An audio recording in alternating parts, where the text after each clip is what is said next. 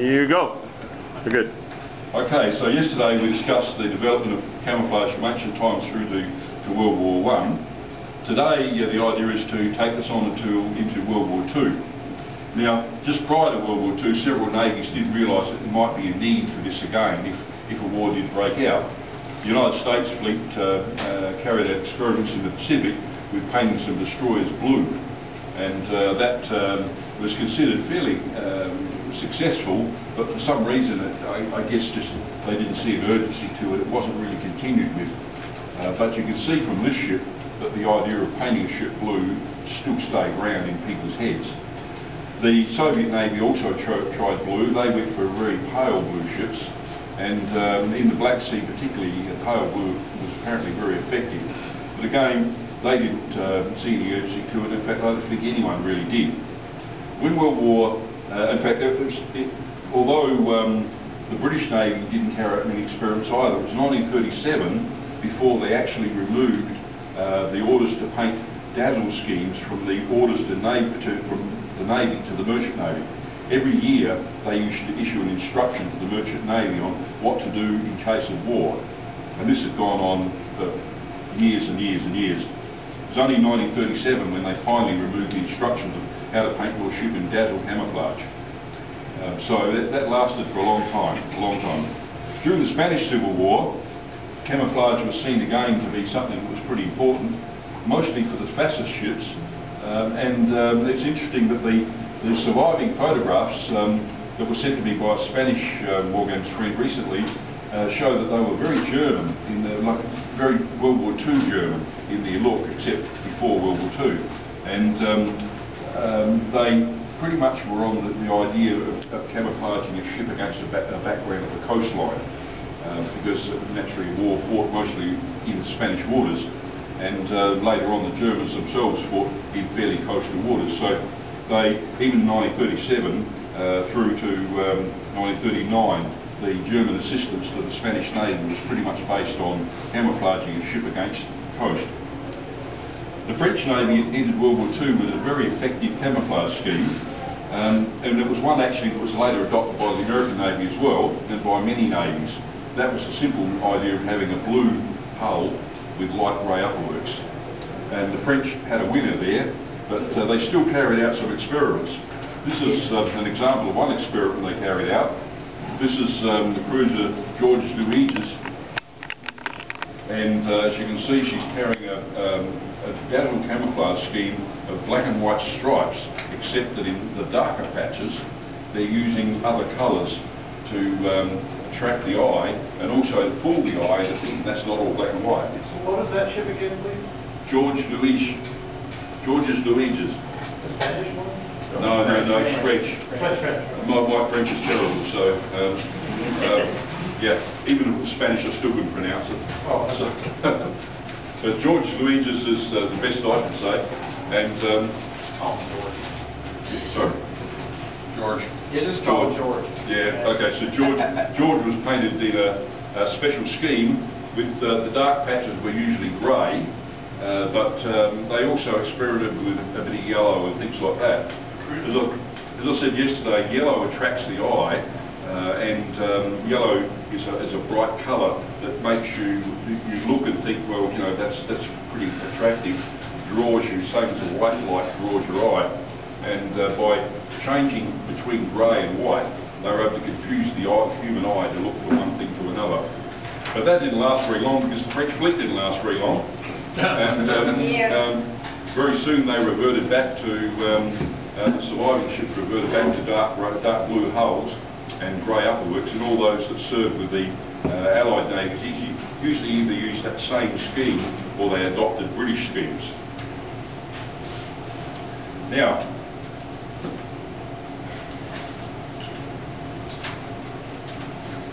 when seen at long range though, the idea of this scheme and the idea of the dark blue hull was to confuse the viewer as to the length of the ship, how big it is, and which direction it's going, just as the World War I camouflages did.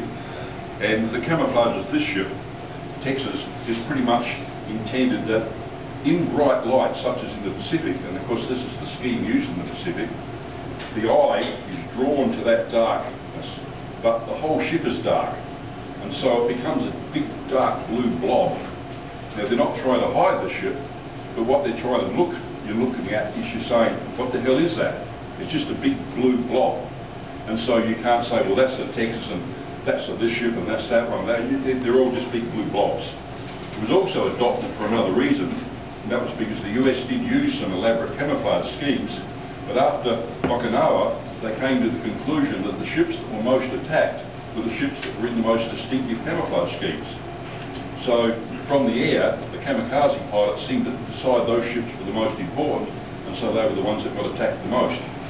That was a reason why the Australian Navy also pretty quickly dropped camouflage schemes, and the Australian ships that fought in the later part of World War II were also in very dark blue. In fact, we used American paint for the simple reason that we were serving with the American Navy, and therefore it was easier to use their particular things. It also meant you didn't get shot at so often by mistake. Now in the British fleet, the camouflage first was left up to the officers of each ship. So if we were the officers of a particular ship here gathered in the wardroom at the beginning of World War II, the idea would have been that they'd have said, okay guys, well, what are we going to paint the ship? Well, probably, I'm sorry if they're British, all right gentlemen, what are we going to paint the ship? And so you might put up an idea and say, well, we should use this or we should do that, and they collectively worked out what they were going to put on. Now that's why early 1939 and 40 British ships, there's very little pattern about them. They're all different. Every ship's different. Some look a little bit like World War I. Some might have curves. Some have got blotches. Some have got squares. Some are dazzled. But there's no coordination between them at all. The only scheme that really did adopt a common thing in that early part was thought up by Lord Louis Mountbatten. Now, Lord Louis was, of course, commander of the destroyer Kelly at the start of World War II, but being a royal personage as he was, and also being very popular with the men, he fairly quickly rose up in the ranks. He came to the conclusion that at dawn, the best colour to be would be pink, because you would blend into the horizon. Now this is totally and utterly against the Bajiki effect. It makes no scientific sense, but Lord Louis was convinced that was the best way. So he designed a colour that they called Mountbatten pink. You've got to understand that at this period of time, what they can use is what they've got. Pigments are very short supply, paint supplies are very short supply. So when working out a camouflage, you go to the paint locker and you look and say, well, what have we got? And what can we mix? So Lord Louis realised that one thing they did have in common was red lead. Now you've noticed around this ship, as you walk around, there are patches of red lead. No longer lead these days, but nonetheless it's a red colour, and that's an undercoat. So Lord Louis realised that you could mix this undercoat with grey and come up with a pinkish shade. And they had two shades. They had a light Mountbatten pink and a dark Mountbatten pink. But of course this didn't really make much sense as far as any artists that were appointed at the Arab were concerned, because they all said, yeah, but at dawn and at dusk those colours stand out more. And the example of that is, if you look around a garden sometime and you see a bright red rose in the daylight, bright sunlight, bright red rose with green leaves around it, that rose will stand out really bright and the leaves look dull. But if you go back and look at that same red rose at dusk, you'll find that the bright red rose is now dark red, almost black, and the leaves in fact are brighter. That's because the leaves, their colour doesn't absorbs less of the light around and therefore looks pale. The dark red rose looks flat because it relies on being bright red through having lots of light on it. Once that light's gone, it goes to being very dark again. So Lord Louis' scheme was not really very scientific, but the thing about it was the men liked it. They trusted their luck, and that was that sometimes someone will come up with an idea that will go to the right person, and that right person will pass it to the correct people that it ought to go to, and they will say, okay, do it. And so that's what happened with Peter Scott. He designed a camouflage scheme that he thought would be hiding in the open. And people listened. they listened so much, they said, okay, go and paint a couple of ships in that and we'll have a look. They did, and it worked well. So, at that stage, the British were starting to fight the U-boat war in a situation of they were killing U-boats, but the U-boats were killing escorts as fast as they were killing U-boats. And new ones were being built, but they had to have raw crew because the experienced crews were getting sunk, and they desperately needed something. So the Admiral commanding the Western approaches insisted that they send Peter Scott to him. Peter Scott was sent there, and he applied his special camouflages.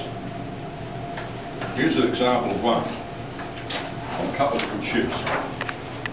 Now the Peter Scott scheme, there as you see it, is highlighted like an artist would draw. I've drawn lines to show where the ship is, etc.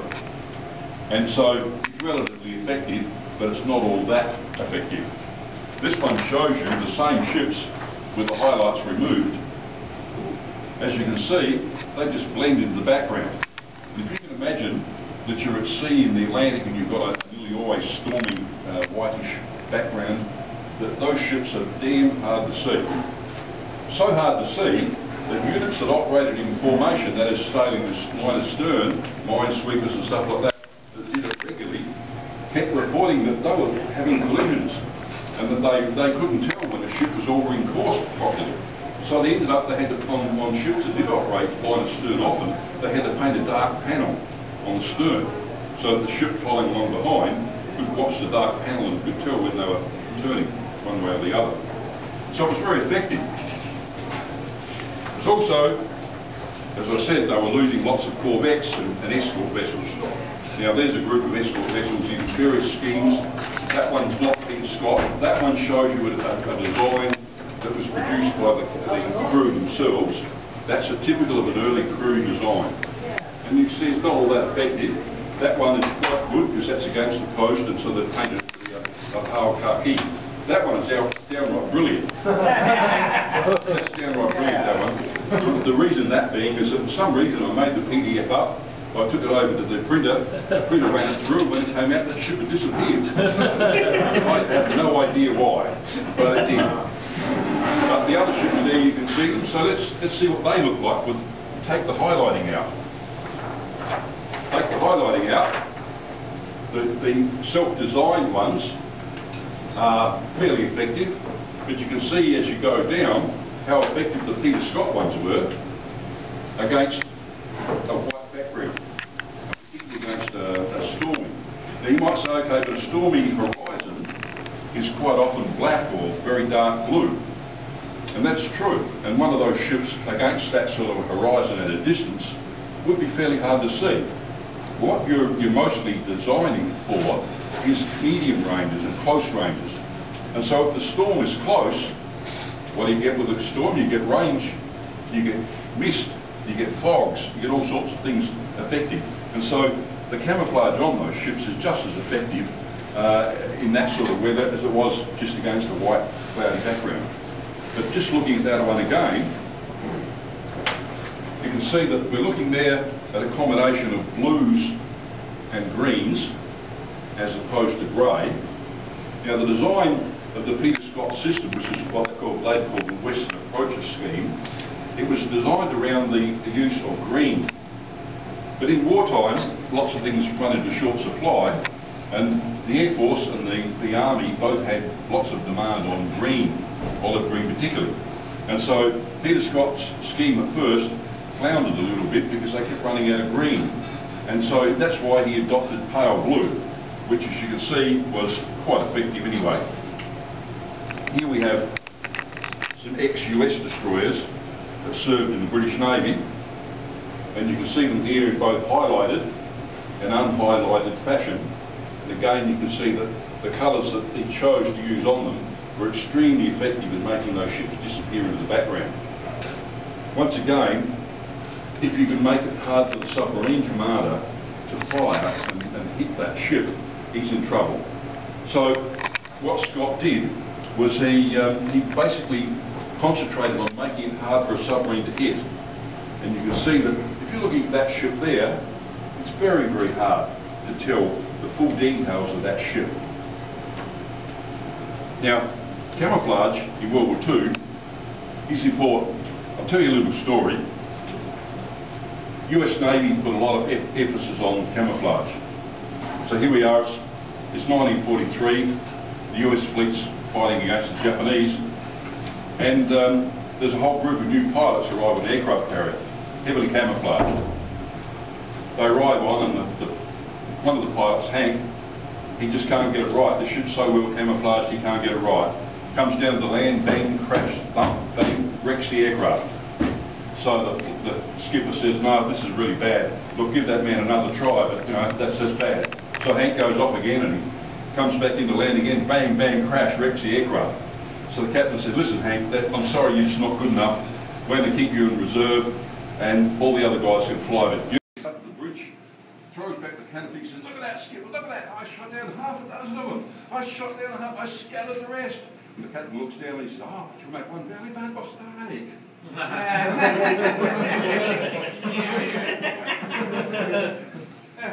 So, camouflage is important. Now, the Western Approaches scheme was extended only to the Western Approaches because it was mostly for the Atlantic. Therefore, the British Admiralty employed artists to try to find schemes that suited other ships. And here we have a group of British cruisers, same ships in different lighting conditions, and the idea again there is to confuse rather than to hide the ship. They're not trying to hide in the open. They're saying these ships are big, they're fast, they're moving so fast as they steam along, they really travel slow, that everyone's going to see them. So they're trying to confuse the eye. Here's the same ships again, with the artist's highlights removed, so that you can see that the schemes are relatively effective. They're used in the Arctic and they're used in the North Sea. There's two versions. There's what's called the Admiralty Dark and the Admiralty Light scheme. That meant that the same scheme could be used, except that you could either make the colours darker or lighter. So if you were serving in one war zone, you could make them very pale. Serving in another, you could make them very dark. But it was a case of one size fits all. And that's really not as effective as the Scott scheme, but it was very widely accepted. The Admiralty had by that time employed a whole heap of artists to do the work for them, and they were naturally trying very hard to match Scott. There's a couple of British heavy cruisers showing how, again, they're looking to just confuse the eye as to what that particular ship is. So the Canadian Navy also adopted it, but the Canadian Navy tried a few other ideas. With the Canadians, you can see a ship here that's adopted a half confusion scheme and a half Peter Scott.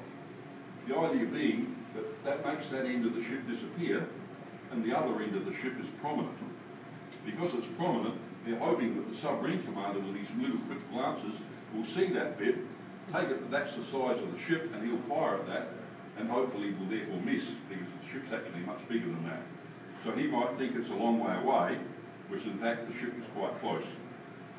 So that's the general idea of the way things went with the British. Now, I haven't at any stage in this talk attempted to really concentrate on the American types of camouflage schemes, because I presume that if there's anything you guys will know, you'll probably know about American schemes. So I've concentrated mostly there on the British. But the Russian fleet is often thought to have not bothered about camouflage. In fact, I've read many American publications saying the Russians didn't have camouflage schemes at all. Well, they did. There's a Russian Kirov-class cruiser showing it camouflaged for the Arctic, although in actual fact none went to the Arctic. But there it is with an Arctic camouflage, and it's designed to make the ship look like two separate vessels, so that when seen at a distance, you will think, well, there's two there, and you'll aim for one, and therefore miss. Now, as far as the Soviets are concerned, I drew up some special pictures here for you to bring along, and these show the Soviet fleet in their typical camouflage schemes. These are peacetime at the top, and below that you'll see various ideas of Soviet camouflage. In the middle, down here, you'll see one where they've designed a camouflage scheme that would be seen against the Arctic coast. The Russian fleet didn't go to sea very far, very often. There's a myth that the Russian fleet didn't really try to help the Allies. It's a myth. It's a myth that came about in post-war during the Cold War. The Soviet fleet, in fact, did fight very hard and did do a lot of operations with Allied convoys.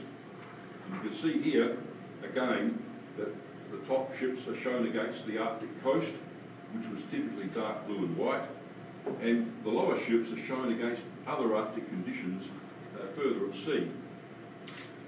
And you can see again they've used colours that are designed to allow some ships to blend into the background and just disappear, and for other pieces of them to adopt a confusing effect as to what you see, so you're not really sure. Now, the Soviet fleet did in fact use, as you can see there, red decks. Red decks was a very common colour for the Russians, and the only reason the ships I'm showing you there have got red decks is because the Soviets were simply so short of paint. When they did have paint, they adopted grey decks, just like Allied warships, and it was quite common that when an American or a British warship arrived in Murmansk or other Russian ports, that they would have a begging team come across from the Soviet warship asking, can you spare some paint? And if they could, then they would paint their decks grey too. But nonetheless, red wasn't such a bad colour because, as I've explained about the red rose, it goes dark in dull conditions.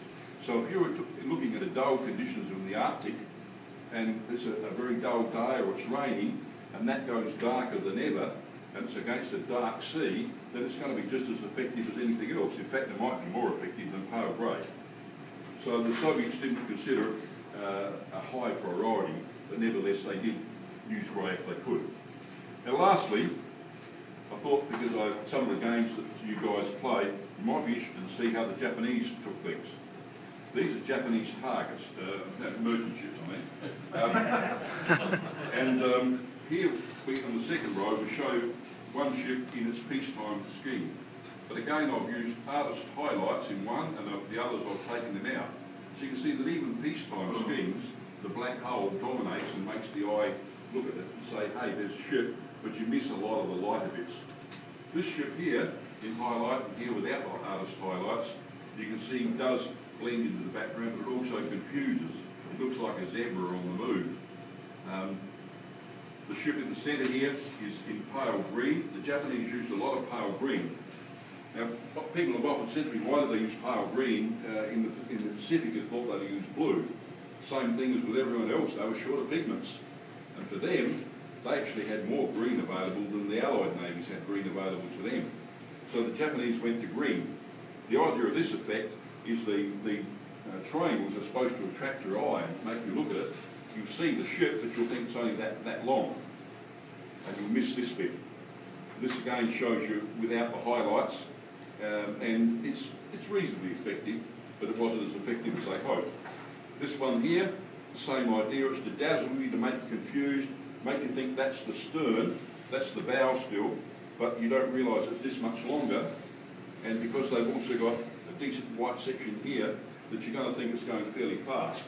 So again, they're trying to make you miss.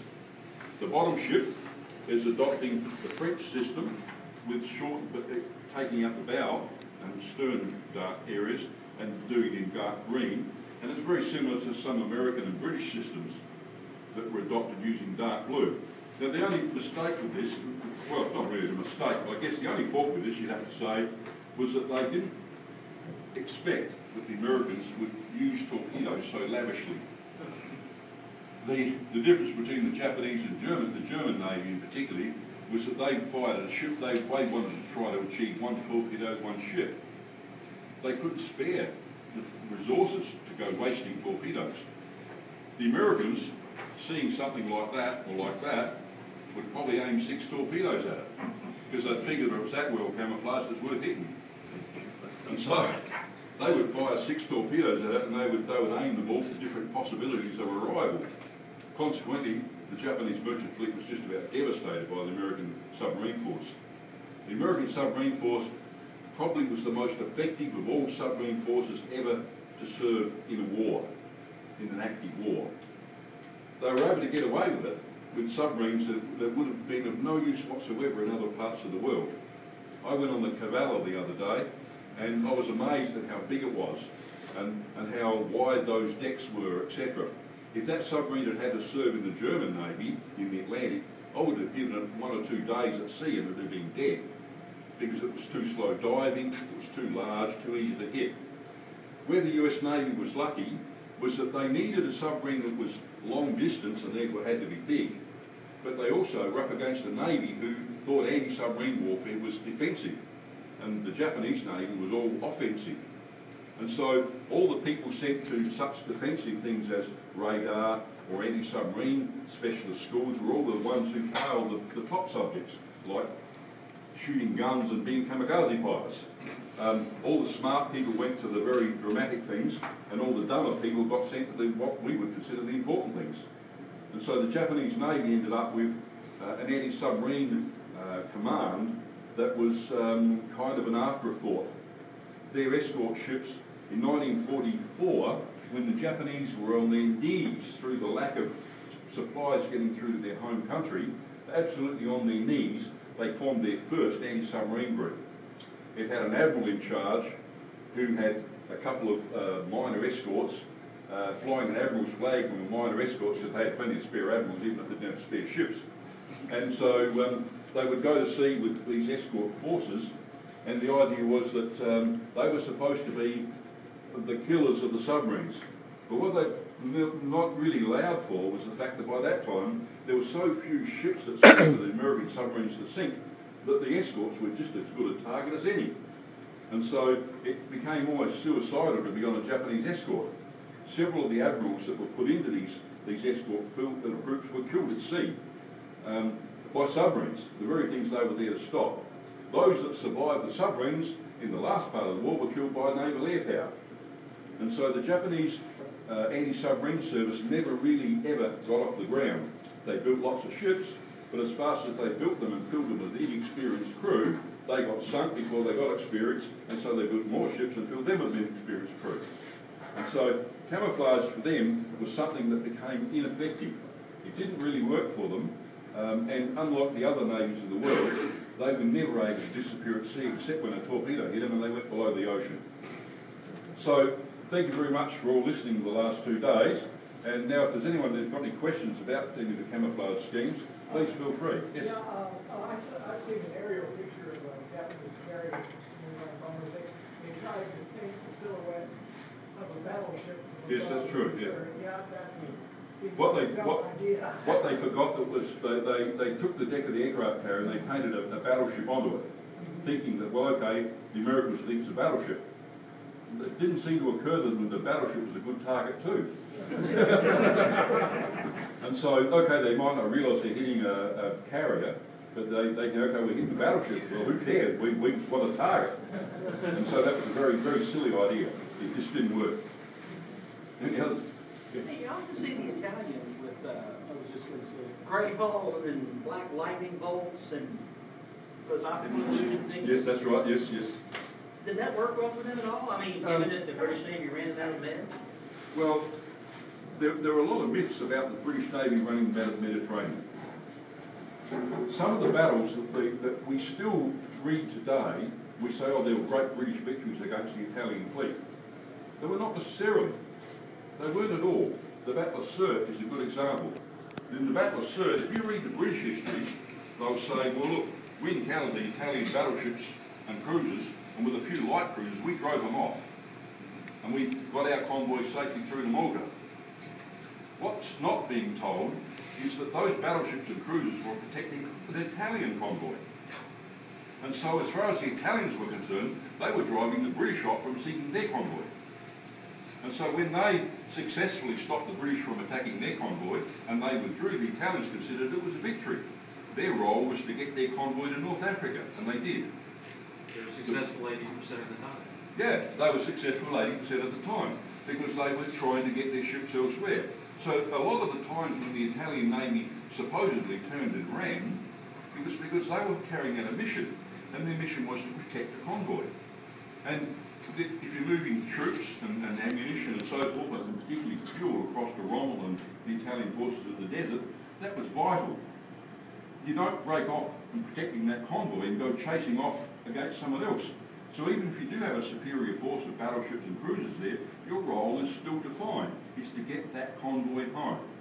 And the Italian Navy has suffered, public relations-wise, ever since World War II, in that they're supposedly been reluctant to fight.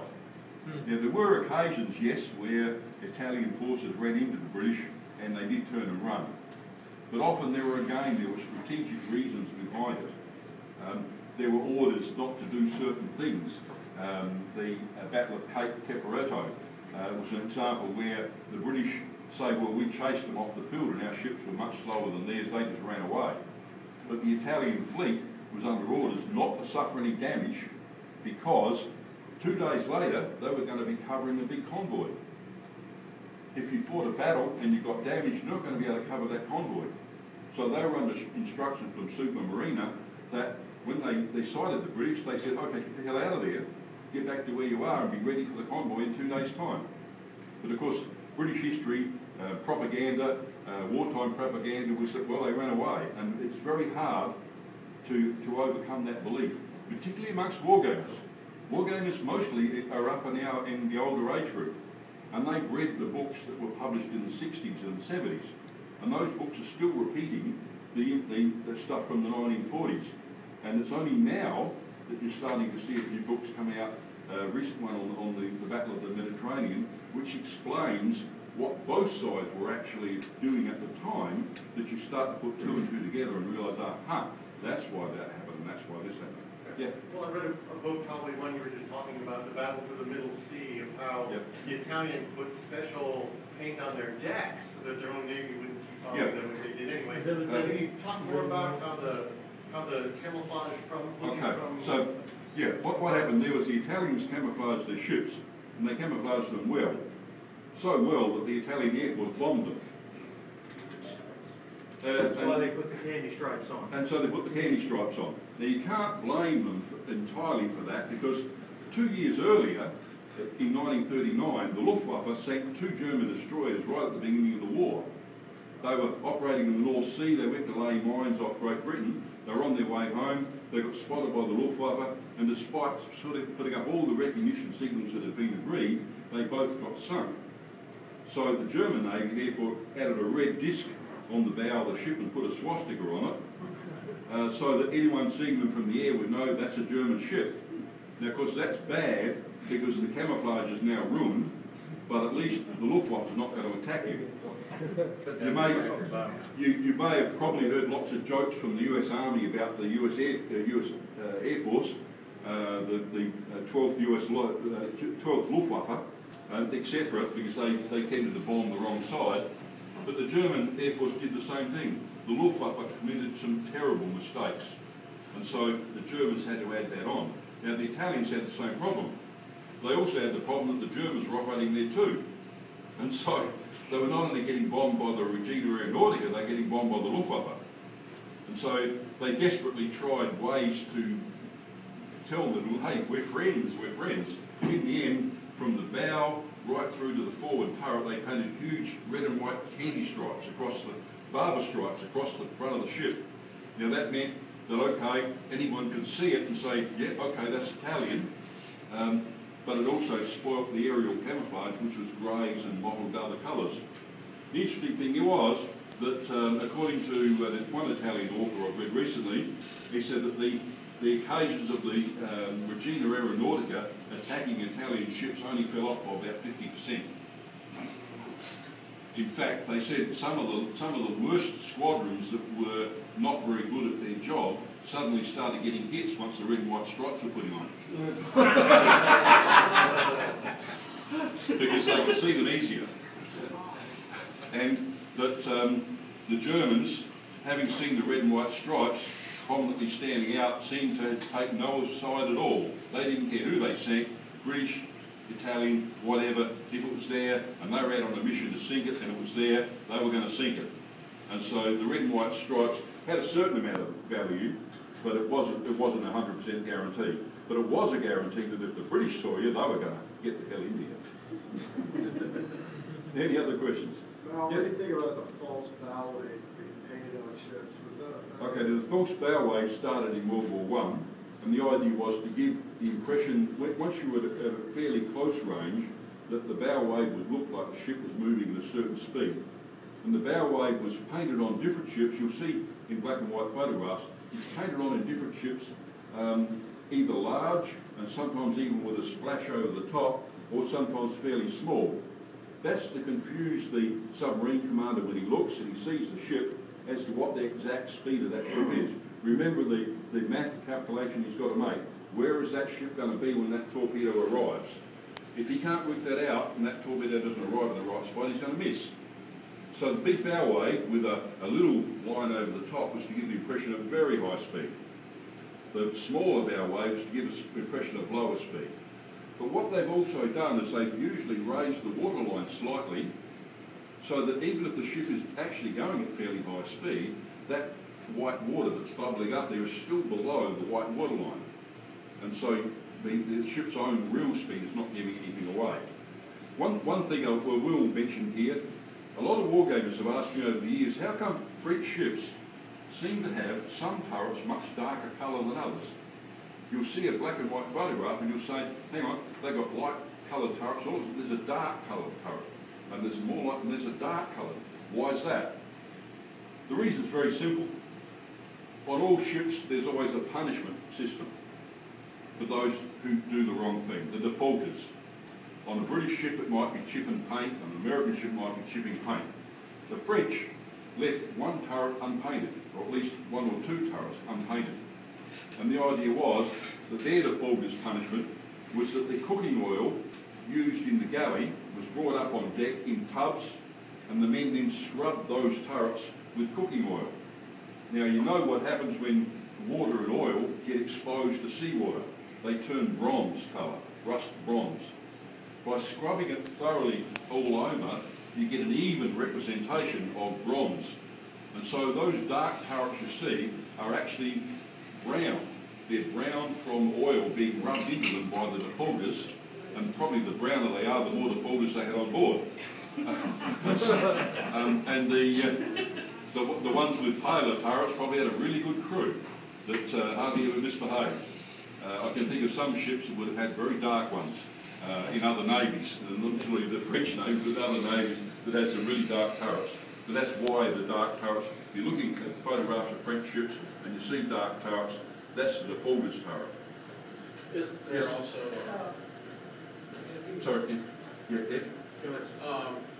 Bismarck reportedly had yellow turret Yes. tops. What's The Germans, as I mentioned yesterday, in World War I, adopted a system that they could identify their own ships by painting the aft funnel a colour. And at Jutland, as I said, it was red. This carried over into World War II, where the Germans decided that they needed, again because of the Luftwaffe, it was purely because of the Luftwaffe, that they needed to be able to identify whose ships were who from the air. So they would adopt red turret tops, yellow turret tops, blue turret tops, etc. for specific operations. And then they would tell the Luftwaffe, hoping to hell that the Luftwaffe would pay attention and wouldn't bomb ships with turrets of those particular colours. They did this knowing that the British always painted their turret tops in grey, or in some occasions in Brunswick green, but they never ever really adopted coloured turret tops. So by having a yellow turret top, for example, it was easy to see, but it also hoped it was easy for the Luftwaffe to see, and therefore they wouldn't bomb you. Yes? During World War II, the Japanese captured a damaged American four-stack destroyer. Yes, the Stuart. And the American plane spotted during the war, but they didn't bomb it. I know that German surface raiders did a lot with fake funnels and things like that to break up their silhouettes, but no one seems to have looked into that and tried to confuse them. Or was it because they didn't want to confuse their own air force? With the USS Stuart, she was of course sunk at Surabaya in a dockyard. She was under repair, and she was a typical four-stack destroyer, and the American four-stackers are very, very distinctive. The Japanese repaired it using a local crew, and it was kind of a hobby thing in a way, and it sounds silly, but it was kind of a hobby thing, that the naval repair crews in Surabaya, when they had nothing else to do, would go over and work on this old ship. And Well, you had to do something to do, and here they are stuck in a strange country that they speak the same language, and so they would work on the Stuart, and they managed to repair it and get it up and running. Now, for a while, Allied air reconnaissance would spot this ship sailing about, first of all, just on trials, trying to get it working properly, and they called it the Ghost Destroyer, because it was so obviously an American destroyer. Here it is in the enemy territory, it's sailing around. What's it doing there? Whose is it? And originally it was still in its original American colours and with its American numbers on the bow. American flag? Sorry? American flag? No. No, they didn't develop an American flag. But nonetheless, the Japanese were the ones that decided to change the appearance of the ship, because their problem was their pilots would see it too, and their pilots would say, American ship in our waters, come down. And the people that were trying to repair it and get the ship operation were getting strafed and bombed and etc. So in the end what they did was they trunked the fore funnel into the second funnel to form that rather trunked funnel arrangement, very distinctive of Japanese warships. They painted it dark green, and they added a few other odds and ends to it to make it look more Japanese. They changed the shape of the bridge and a few other things, but they still kept always getting attacked. So in the end they sent it way up north, and it operated out of Japan during the last 2 years of the war, because at least up there they were far enough away. It did, however, have some interesting things, because it was sighted on more than one occasion by US submarines, and they did not attack. And the reason they didn't attack was because they themselves were a little bit confused. Their secret operations take place in wars. How were they not to know that this was not an American ship on some sort of clandestine operation? So although the ship was sighted, and in fact often sighted, they didn't attack it.